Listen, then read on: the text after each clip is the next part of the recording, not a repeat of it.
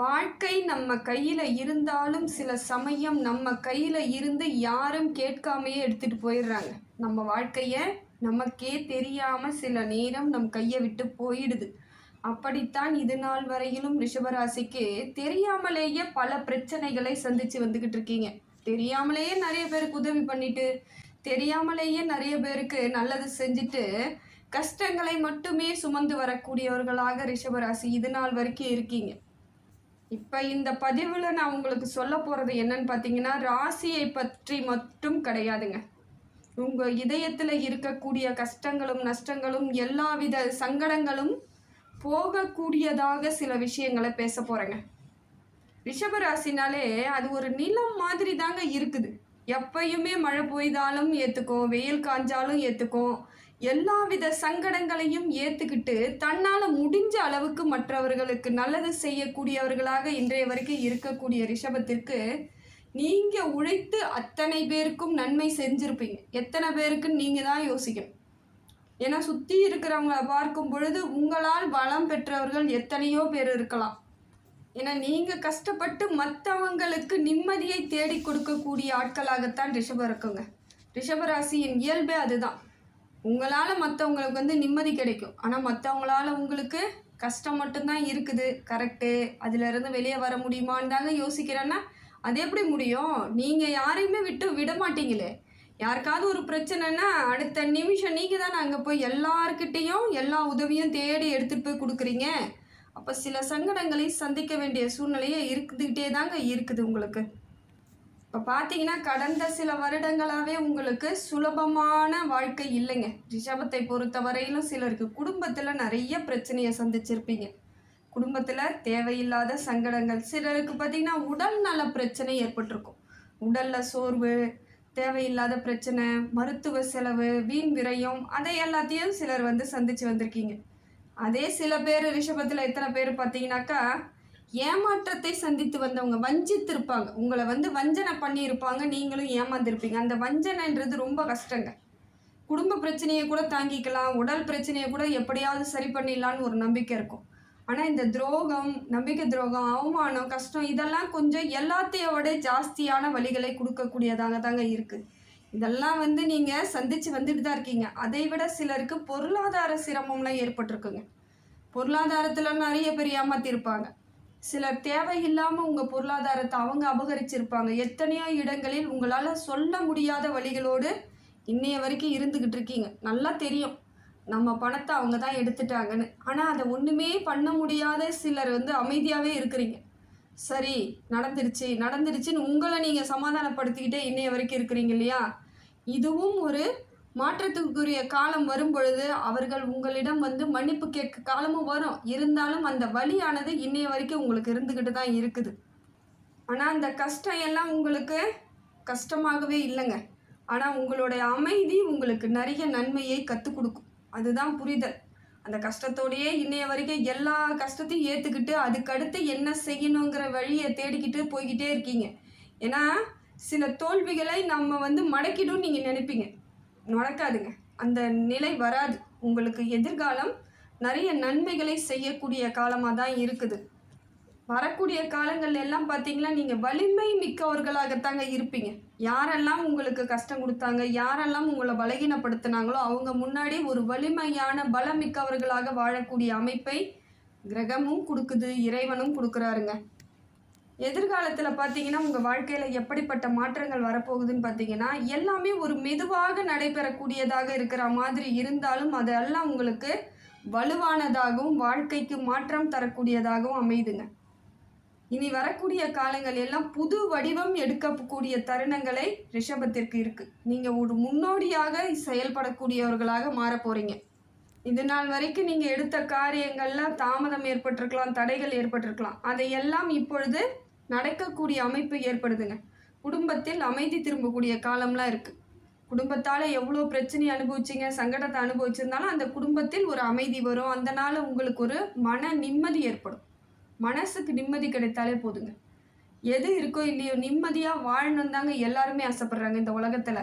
அப்படிப்பட்ட நிம்மதி கிடைக்கக்கூடிய காலத்தில் உங்களது பாதம் வைக்க ஆரம்பிச்சாச்சு. அப்போ படிப்படியாக உங்களுக்கான நல்ல ஒரு மாற்றம் ஏற்படக்கூடிய அமைப்பாக இருக்குதுங்க.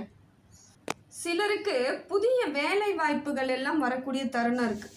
இது நாள் வரைக்கும் வேலையை தேடிக்கிட்டு இருப்பீங்க, வேலை சரியாக கிடைக்கல. அப்படியே கிடைச்சாலும் அது உங்களுக்கு தகுதி இல்லாத வேலையாக இருக்கும். அது சரியான வேலையாக இருக்காது. ஏதோ சாதாரணமாக செய்கிறவங்க கூட நீங்கள் அதில் போயிட்டு அவங்களுடைய தகுதி குறைந்து செய்யக்கூடியவர்களாக மாறி இருப்பீங்க. அப்படிப்பட்டவர்கள் உங்களுக்கு தகுதிக்கேற்ற வேலைகள் கிடைக்கக்கூடிய காலம் வருதுங்க. நீங்கள் படித்த படிப்புக்கும் உங்களோட திறமைக்கும் நல்ல மாற்றம் கிடைக்கக்கூடிய தருணமெல்லாம் இருக்குது. ஒரு சிலவங்களுக்கு இப்பயே கூட கிடைச்சிருக்கும் பாருங்கள்.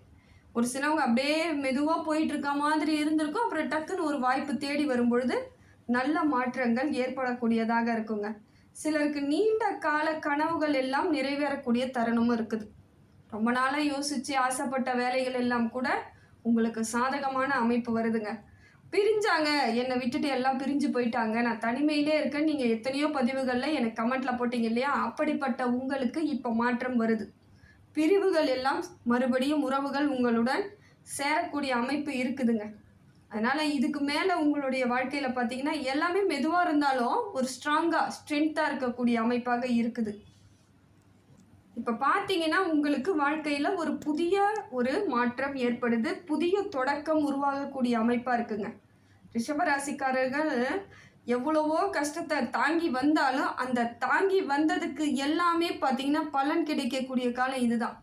கஷ்டத்தை மட்டும் நான் அனுபவிச்சுட்டே இருந்துட்டேங்க, வாழ்க்கையில் ஒரு நிம்மதி சந்தோஷம் இது நாள் வரைக்கும் இல்லைன்னு புலம்பக்கூடியவர்களுக்கு நல்ல ஒரு அமைப்பு இருக்குது. நிச்சயமாக மாறுதல்கள் கிடைக்கக்கூடிய காலமாக தாங்க இருக்குது.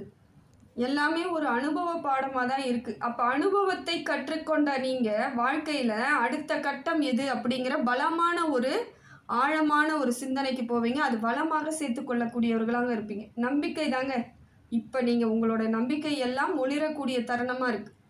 ஷைன் ஆவீங்க. எல்லார் முன்னாடியும் நம்பிக்கையோடு தலை நிமிர்ந்து நின்னும் பொழுது மற்றவங்களே பார்த்து இனிமேல் இவங்கக்கிட்ட நம்ம வச்சுக்கக்கூடாதுன்ற அளவுக்கு உங்களுடைய உயர்வான வளர்ச்சி இருக்கக்கூடிய தருணம் வருது. உங்களால் மட்டும்தாங்க உங்கள் குடும்பத்தை சரியாக வழிநடத்தி செல்லக்கூடிய அமைப்பு ஏற்படும். ரிஷபராசி ஒரு குடும்பத்தில் இருக்காங்கன்னா அது யாராக இருந்தாலும் சரி, தாயாக இருந்தாலும் தகப்பனாக இருந்தாலும் பிள்ளைகளாக இருந்தாலும் குழந்தை யாராக வேணால் இருக்கட்டும், யாராக இருக்கிறாங்களோ அவங்களால மட்டும்தாங்க அந்த சுற்றி இருக்கக்கூடிய அத்தனை பேருக்கும் நன்மை நடைபெறக்கூடியதாக மாறும். இதுதான் உண்மையான உறுதியான ஒரு அமைப்பு. உங்களால் சிலருக்கு வாழ்க்கையின் அர்த்தம் புரிய வைப்பீங்க, வாழ்க்கையோட சூட்சமத்தை சொல்லி கொடுக்கக்கூடிய ஆட்களாக இருப்பீங்க. அனுபவம் அவ்வளோ இருக்குது உங்களுக்கு. இப்போ நீங்கள் சொல்லக்கூடிய வார்த்தையை கேட்டாங்கன்னா உங்கள் குடும்பத்தில் இருக்கவங்க நிச்சயமாக அவர்களுக்கு நல்ல பலன் கிடைக்கக்கூடிய அமைப்பு ஏற்படும். அதனால் இனிமே எனக்கு யாரும் இல்லை, எனக்காக யாரும் இல்லை, நான் தனிமையாக இருக்கிறேன்னு எப்பையும் கமெண்ட்டில் போடாதீங்க. உங்களுக்கான ஆட்கள் இருப்பாங்க, உங்களுக்கு நல்லது செய்யக்கூடியவர்கள் நிச்சயமாக கடவுள் அனுப்பி வைப்பாருங்க. அந்த எண்ணத்தோடு இருங்க. மனதை போட்டு ரொம்ப கசக்கிக்காதீங்க, கஷ்டப்படுத்திக்காதீங்க. ரிஷபராசிக்காரர்களை பொறுத்தவரையும் நீங்கள் ஒரு முடிவு இல்லைங்க, எப்பயுமே ஒரு துவக்கமாக தான் இருப்பீங்க. எந்த காலத்துலேயும் எல்லா சூழ்நிலையிலையும் ஒரு துவக்கத்தை ஆரம்பிச்சுக்கிட்டே தான் இருப்பீங்க. பிரச்சனை ஆயிடுச்சு, தொழில் போயிடுச்சு, அவ்வளோதான், இதுக்கு மேலே நான் எதுவுமே செய்ய மாட்டேன்னு உட்கார மாட்டீங்க. அடுத்து என்ன செய்யலாம் அப்படிங்கிற எண்ணங்கள் எப்பொழுதும் மனசுக்கு உங்களுக்கு தோணிக்கிட்டே இருக்கும். உங்களுடைய உழைப்பானது நல்ல ஒரு வளர்ச்சி ஏற்படுத்தி கொடுக்குங்க. புதிதாக உங்கள் வாழ்க்கைக்கு இப்போ பார்த்தீங்கன்னா வழிகள் கிடைக்கக்கூடிய தருணமாக இருக்குதுங்க. நீங்கள் மீண்டு வரக்கூடிய அமைப்பெல்லாம் இருக்குது. ஒரு சில ரிஷபராசிக்காரர்களாம் என் வாழ்க்கையே போச்சு முடிஞ்சிருச்சுன்னு நினச்சவங்க கூட புதிய ஆரம்பமானது உங்களுக்கு துவக்கமாக இருக்கும் பொழுது ஒரு மாற்றம் கிடைக்கும். அதிலிருந்து ஒரு நல்ல ஒரு பலன்கள் தரக்கூடிய அமைப்பெல்லாம் இருக்குங்க. நல்ல நேரம் இப்போ தான் தொடங்கிடுச்சுன்னு முடிவெடுத்து அதன் பிறகு நீங்கள் செயல்பட ஆரம்பிச்சிங்கன்னா எல்லா விதத்திலும் மாறுதல்கள் இருக்குது. உங்களுடைய பொறுமை ரொம்ப முக்கியங்க. இது நாள் வரைக்கும் எப்படி ஒரு அமைதியாக பொறுமையாக இருந்து உங்கள் உழைப்பை மட்டும் நம்பி வாழ்க்கையை நீங்கள் சரியாக அமைச்சுக்கணும்னு நினச்சிங்களோ அந்த அமைப்பு வரும் வரையிலும் நீங்கள் இன்னமும் பொறுமையாக இருக்கணும். நிறைவாக இருக்கணும்னா பொறுமை வேணும், அமைதி வேணும், பக்குவப்படணும்.